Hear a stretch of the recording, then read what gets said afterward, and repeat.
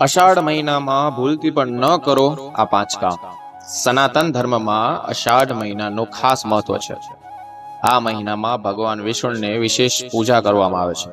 એવું માનવામાં આવે છે કે આમ કરવાથી વ્યક્તિને દરેક પ્રકારની પરેશાનીઓમાંથી મુક્તિ મળે છે અને સુખ સમૃદ્ધિના આશીર્વાદ મળે છે. આવો જાણીએ આ મહિનામાં કયા કામ કરવા જોઈએ અને કયા ના કરવા જોઈએ. તો મિત્રો, એ જાણીએ તે પહેલા વિડીયોને લાઈક કરજો, ચેનલને પણ જરૂરથી સબસ્ક્રાઇબ કરજો અને કમેન્ટ બોક્સમાં જય માં લક્ષ્મી, જય શ્રી હરિ વિષ્ણુ જરૂરથી લખજો અને વિડીયોને છેલ્લે સુધી જોતા રહેજો. ચાલુ કરીએ. અષાઢ મહિનામાં ભૂલથી પણ ન કરો આ કામ. જોઈએ કયા કામ નથી કરવા ના. ઓકે, 1 નંબર જોઈએ. અષાઢ મહિનામાં તામસિક વસ્તુઓ જેવું કે દારૂ, માંસ, મદિરાનું સેવન ન કરવું જોઈએ. 2 નંબર જોઈએ. અષાઢ મહિનામાં દેવ શનિ એકાદશી આવે છે. આ સમયગાળા દરમિયાન જનોઈ સંસ્કાર, મુંડન, લગ્ન વગેરે જેવા શુભ કાર્યો કરવામાં આવતા નથી. ખાસ યાદ રાખજો.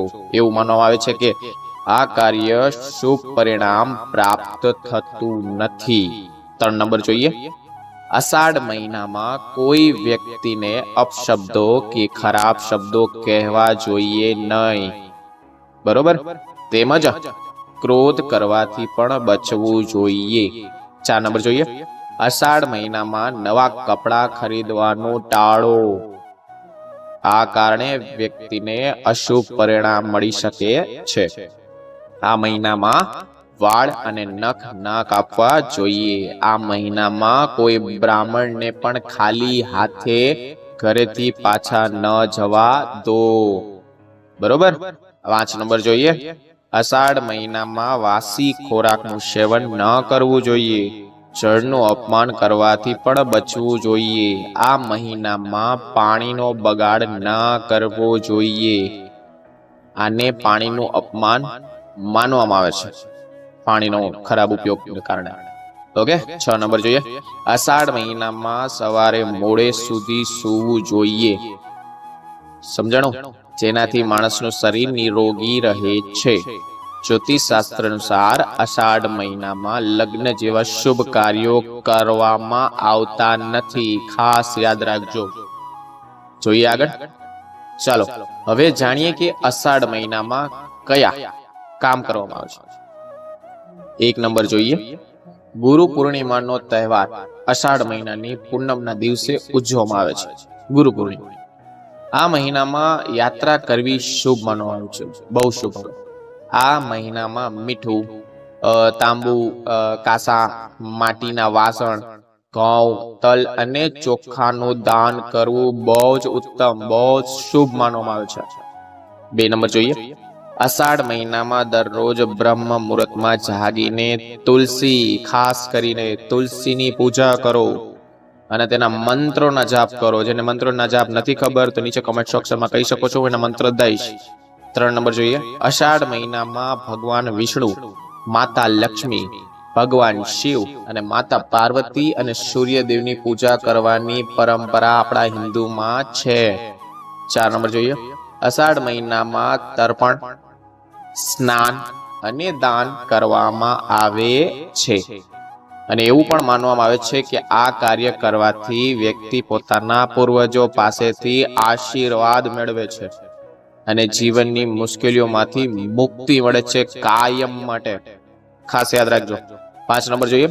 શાસ્ત્ર અનુસાર આ મહિનામાં સૂર્યોદય પહેલા જાગીને સ્નાન કરવું જોઈએ. કેટલાક માણસોની આદત હોય ખરાબ, ઉઠતા જ નથી, ઉઠતા તો છે પણ નાતાય નથી. અને સૂર્યદેવને જળ પણ જરૂર કરવું જોઈએ અને પૂજા પણ કરી દે. સૂર્યદેવને જળ અર્પણ કરો ત્યારે મંત્ર બોલજો. નીચે કમેન્ટ સેક્શનમાં બોલી શકો છો કે સૂર્યના મંત્ર કયા છે. હું તમને ટાઈપ કરીને લખીને આપીશ.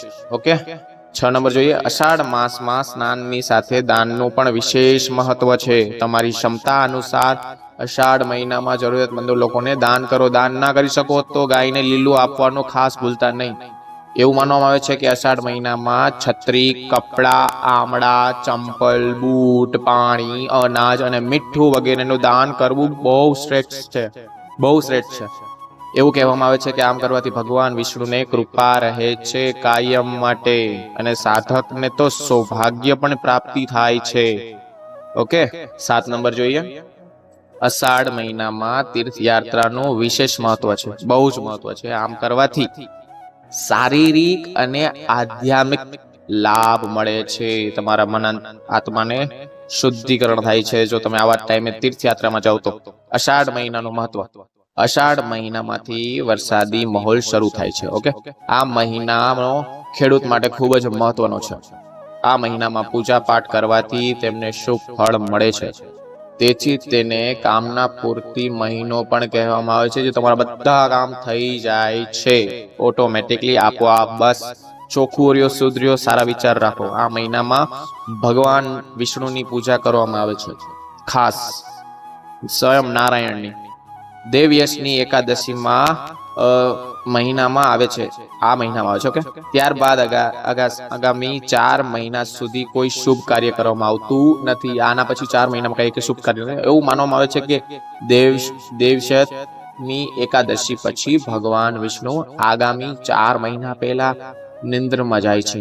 નિંદરમાં, જેનો અર્થ છે કે અષાઢ થી કાર્તિક માસ સુધી માત્ર પૂજા અર્ચના કરવામાં આવે છે.